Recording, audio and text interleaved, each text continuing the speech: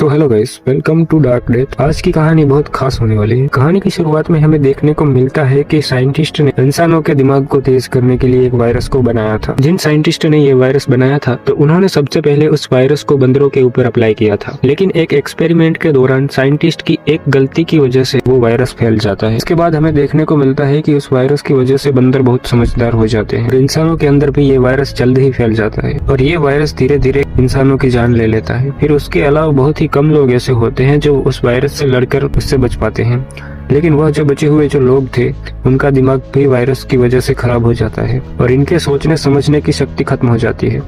उसके बाद इंसान ना तो चीजों को समझ पाते हैं और ना ही पहले की तरह समझदार रह पाते हैं।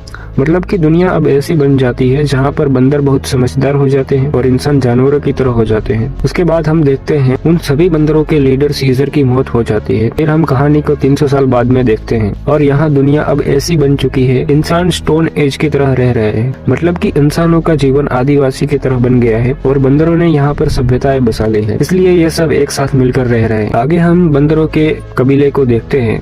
यहाँ सभी एक साथ मिलकर जंगल में रहते हैं और ये सब लोग जंगल में ठीक उसी तरह रहते हैं जैसे हमने सीजर के समय देखा था। उसके बाद हम कहानी के मेन कैरेक्टर को देखते हैं जिसका नाम है नोवा। नोवा भी सभी बंदरों के साथ मिलकर रहता है और ये बंदरों के लीडर का बेटा है। और यहाँ पे हम नोवा के कुछ खास दोस्तों को देखते हैं जिसमें एक का नाम है सुना और दूसरा है अनाया। और आगे हम इन 3 दोस्तों को एक ऊंची जगह पर चील के अंडे इकट्ठा करते हुए देखते हैं। फिर जब इनको अंडे मिल जाते हैं तो वो अपनी जगह वापस आ जाते हैं। इसके बाद हमें जानने को मिलता है कि यहाँ पर जितने भी बंदर है उन सबके पास अपना एक एक बाज है। ये सभी चील इनके पालतू है और इनके कबीले में कोई भी बंदर जब जवान हो जाता है तो उसे एक चील का अंडा दिया जाता है और उस अंडे से जब चील बाहर आता है तब उस बंदर को उस चील की हिफाजत करनी होती है, उसको ट्रेनिंग देनी पड़ती है। फिर उसके बाद वो उस चील को पालतू बना के रख सकता है। उसके बाद हमें ये भी जानने को मिलता है कि उस चील को कंट्रोल करने के लिए ये बंदर एक स्पेशल गाना गाते हैं और ऐसा गाना गाने में नोवा के पापा यानी का इस कबीले के लीडर सबसे अच्छा गाते हैं। फिर हमें आगे देखने को मिलता है कि नोवा अब जवान हो चुका है, वो एक चील का अंडा हासिल कर लेता है। अब नोवा इस अंडे को अपने पास रखता है।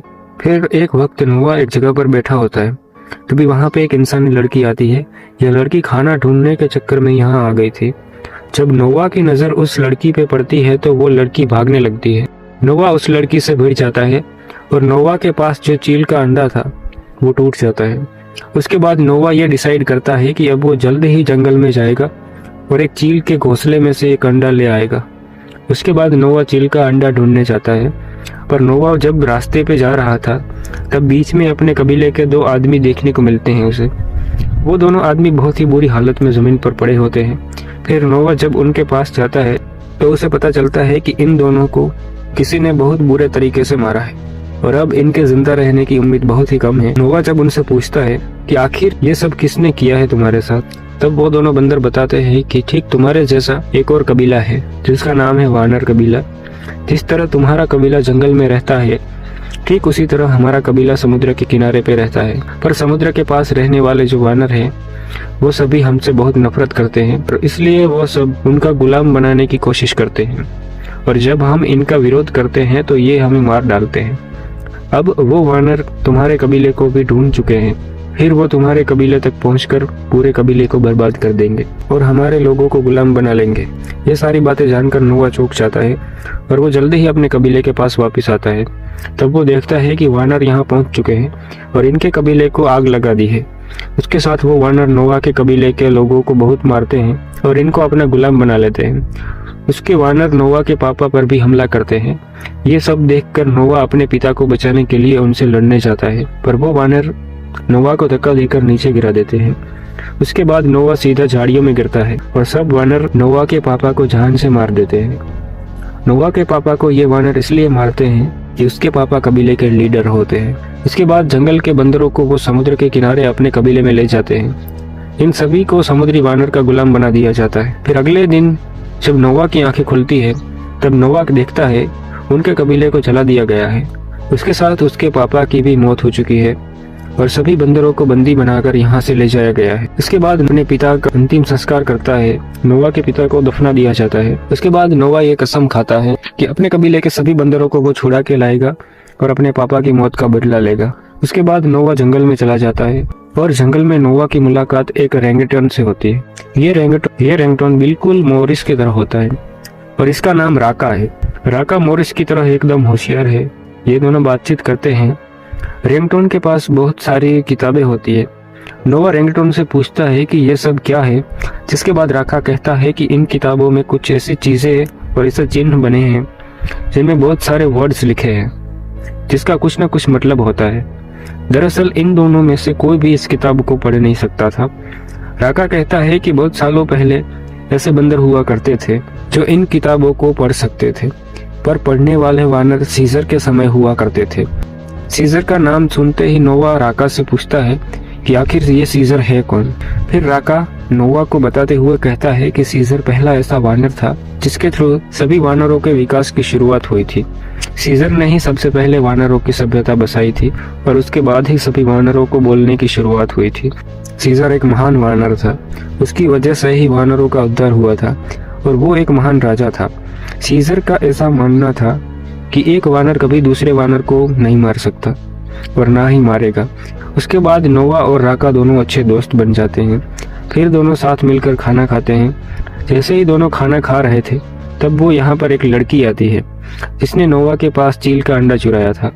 नोवा उस लड़की को देखकर गुस्सा हो जाता है, पर राका उसे रोक लेता है और कहता है कि महान सीजर इंसानों से बहुत प्यार करते थे और हम सबको भी इंसानों से प्यार करना चाहिए, ना कि उसे डांटना चाहिए। उसके बाद राका उस लड़की को खाना देता है। यह लड़की खाना खाने के बाद इनकी अच्छी दोस्त बन जाती है। फिर राका कहता है कि एक समय ऐसा भी था जब इंसान भी बोल पाते थे, उनके पास भी बुद्धि होती थी, वो भी सबके साथ प्यार से रहते थे। लेकिन इंसानों में अब बहुत ही परिवर्तन हो गया है। अब वो वानरों की तरह रहते हैं, अब इनके पास बुद्धि भी नहीं बची।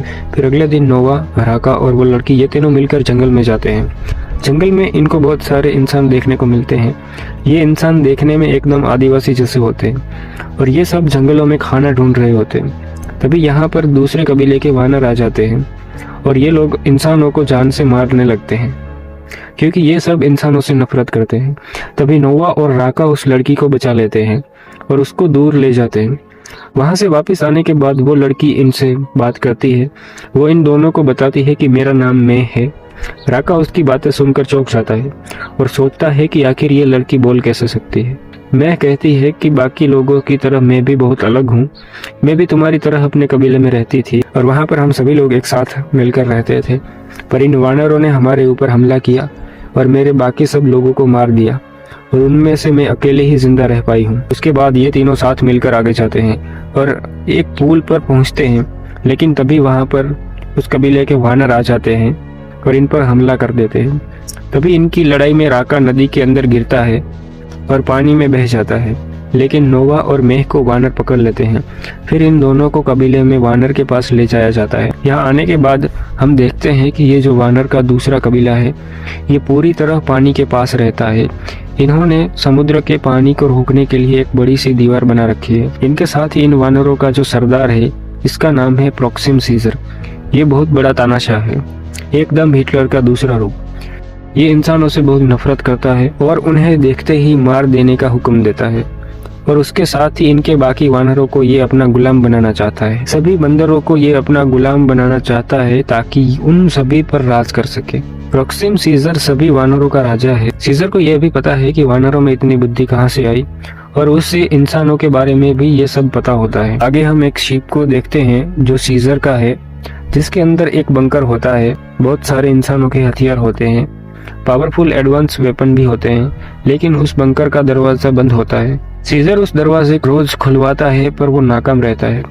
यह दरवाजा इनसे आज तक नहीं खुला है। सीजर चाहता है कि यह दरवाजा खुल जाए ताकि वो सारे इंसानों को जड़ से खत्म कर दे और एडवांस गैजेट और हथियारों से सभी बंदरों पर राज कर सके। प्रोक्सिम सीजर इंसानों से इतनी नफरत इसलिए करता है क्योंकि ह्यूमन हिस्ट्री के बारे में उसे अच्छे से पता होता है। पहले के समय में इंसान बंदरों को बंदी बना के रख लेते थे और एक पिंजरे में बंद करते थे। सीजर की ये सोच ऐसी है कि यदि इंसान के पास फिर से दिमाग बुद्धि आ गई तो वो सभी बंदरों को बंदी बना लेंगे, इसलिए सीजर इंसानों को मार देना चाहता है।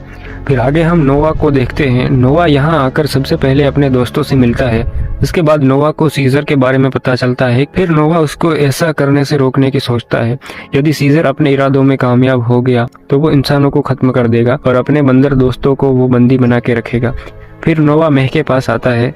मेह नोवा से बात करती है और कहती है कि हमारे लोगों के अंदर सोचने समझने की शक्ति खत्म हो चुकी है और यहाँ पे जो शीप है उसके बंकर के अंदर एक किताब है। अगर मुझे वो किताब मिल गई तो मैं इंसानों को भाषा सिखा सकती हूँ और समझदार बना दूंगी। पर किताब उस बंकर में है। हमें उस किताब को लेने के लिए सबसे पहले बंकर का दरवाजा खोलना होगा। नोवा मेह की बात से सहमत होता है और कहता है कि मैं भी उस बंकर को खत्म करना चाहता हूँ, जिससे होगा ये कि सीजर उसके बाद मेरे दोस्तों को छोड़ देगा। फिर नोवा और मेह मिलकर एक प्लान बनाते हैं। अगले दिन नोवा अपने दोस्त सुना और अनाया को वहां से लेकर आता है और सबसे दूर चला जाता है। इसके बाद ये चारों मिलकर एक बॉम्ब बनाते हैं। फिर ये बॉम्ब ये लोग उस दीवार के नीचे रखते हैं जहाँ पर समुद्र के पानी को उस दीवार ने रोका हुआ था। नोवा का प्लान ये है कि सबसे पहले वो उस बंकर के पास जाएगा और मेह को जो किताब चाहिए वो उसे दिलवा देगा। उसके बाद ये दोनों साथ मिलकर उस बंकर को ही उड़ा देंगे। लेकिन मेह का प्लान कुछ और ही होता है। मेह इन सबको लेकर गुफा के जरिए सीधा उस बंकर के पास पहुंच जाती है और यहाँ पर आकर बंकर से वो किताब मेह को मिल जाती है। लेकिन उसी दौरान नोवा और उसके साथियों को एक ऐसी किताब मिलती है जिसमें बंदरों को कैद करने के चित्र देखने को मिलते हैं। ये किताब जू की थी। नोवा के दोस्तों को ये चीजें देखकर बहुत बुरा लगता है, पर वो इन चीजों को नजरअंदाज करते हैं और आगे निकल जाते हैं। फिर चारों बंकर के जरिए आगे जा रहे होते हैं। लेकिन जैसे ही ये लोग बंकर का गेट खोलते हैं तभी बाहर प्रोक्सिम सीजर खड़ा होता है। अब सीजर को ये लगने लगता है कि इसे जो हथियार चाहिए वो हथियार इन लोगों ने कहीं ना कहीं अब छुपा दिया होगा। अब सीजर उनसे ये सच्चाई जानने के लिए नोवा के दोस्त सुना की गर्दन पर अपने आदमियों से चाकू रखवाता है और अपने आदमी को कहता है कि उसे मार दे। तभी मेह बंदूक से उस आदमी को शूट कर देती है। सीजर ये देखकर काफी खुश हो जाता है। सीजर कहता है कि मैं तुम्हारे दोस्तों को जाने दूंगा, पर बदले में मुझे तुम सारे के सारे हथियार मुझे दे दो। मैं किसी भी हालत में हथियार सीजर के हाथों में देना नहीं चाहती और वो यहाँ से भागकर सीधा उस दीवार के पास जाती है और उस दीवार में जो बॉम्ब लगा था उस बॉम्ब को ब्लास्ट कर देती है। उसके बाद पानी सुनामी में बदल जाता है और आतंक की तरह इनकी तरफ बढ़ता चला आता है। फिर होता यह है कि नोवा के जितने भी साथी थे वो सब जंगल में रहते थे, जिसकी वजह से इनको पेड़ पर चढ़ना का हुनर आता था। तो ये सब लोग पेड़ के ऊपर चढ़ जाते हैं और सीजर के सारे आदमी पानी के अंदर बह जाते हैं। पर सीजर नोवा के पास आता है उससे लड़ने के लिए। लेकिन तभी नोवा एक गाना गाता है। तभी बहुत सारे चील यहाँ पर आ जाते हैं। सारे चील सीजर को उठा के पानी में फेंक देते हैं। उसके बाद नोवा और उसके साथी जंगल में वापस आ जाते हैं और फिर से ये लोग अपने कबीले को बनाते हैं। उसके बाद नोवा मेह से काफी नाराज होता है क्योंकि उसने उसे बॉम्ब लगाते हैं टाइम धोखा दिया था। उसके बाद नोवा सबको बताता है कि आज के बाद हम इंसानों पर कभी यकीन नहीं करेंगे और हम खुद को इतना डेवलप कर देंगे कि कोई हम पर हमला करने के बारे में सोच भी ना। और दूसरी तरफ हम मेह को देखते हैं जो अपने इंसानों के पास आती है और यहाँ अपने जैसे समझदार लोग भी उसे देखने को मिलते हैं। मेह ये देखकर हैरत में पड़ जाती। उसके बाद ये लोग सैटेलाइट से दूसरी कंट्रीज में कम्युनिकेट करते हैं और अपनी प्रॉब्लम दुनिया के सामने रखते हैं कि उनके साथ क्या क्या हुआ है। एक तरफ बंदर अपने आप को डेवलप कर रहे हैं और दूसरी तरफ इंसान अपने आप को डेवलप कर रहे हैं। अब आगे क्या होगा कि इंसान समझदार बन पाएगा या नहीं, ये तो जंग जारी रहेगी। तो इसी के साथ हमारी ये कहानी यहीं पे ख़त्म होती है। ये मूवी जो है ये इसका फर्स्ट पार्ट है। दूसरा पार्ट बहुत जल्द ही रिलीज़ होगा, जब आएगी तब पता चलेगी। सो दोस्तों कैसी लगी है आपको मूवी, कमेंट में ज़रूर बताना। तब तक मिलते हैं बाद में।